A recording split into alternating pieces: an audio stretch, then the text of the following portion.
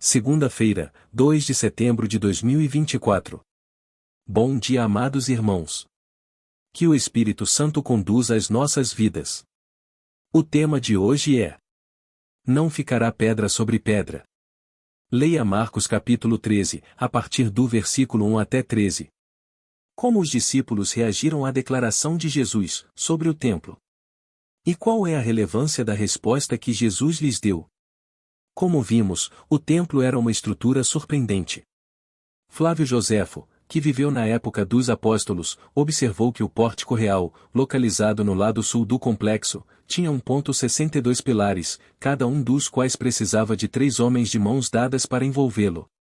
Mas Jesus disse que tudo aquilo seria destruído. Tal profecia a respeito daquela estrutura soaria ao ouvinte como o fim do mundo. Quando a atenção de Cristo foi levada à magnificência do templo, que pensamentos não expressos devem ter passado pela mente daquele rejeitado? A visão que tinha perante si era realmente bela, mas ele disse com tristeza: eu vejo tudo isso. Os edifícios são realmente maravilhosos. Vocês apontam para essas paredes como sendo aparentemente indestrutíveis, mas escutem as minhas palavras.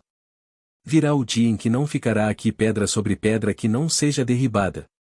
Mateus 24, 2. Os discípulos queriam saber quando se cumpriria a predição de Jesus. Pedro, Tiago, João e André perguntaram a Cristo: qual seria o tempo em que todas essas coisas aconteceriam? E qual seria o sinal quando estivessem para acontecer? Marcos 13, 4. Em Marcos 13, a partir do versículo 5 até 13, é surpreendente que Jesus não passou a maior parte do tempo descrevendo a queda de Jerusalém, mas alertando os discípulos sobre o que poderiam esperar no ministério deles, de estabelecer a igreja cristã. Não seria fácil. Os seguidores de Cristo seriam perseguidos e julgados, e alguns seriam mortos. Mas, em meio a tudo isso, Jesus indicou que ainda não seria a hora. Eles não deviam ser enganados por conflitos. Além disso, o Espírito Santo lhes daria as palavras para falar na hora certa, mesmo quando a família e os amigos os abandonassem. A conclusão dessas palavras introdutórias da profecia de Jesus é que o povo de Deus não deve temer turbulências e provações. Eles devem ficar vigilantes porque o Espírito de Deus os guiará em meio às dificuldades. Querido irmão, você já foi provado por seguir a Jesus?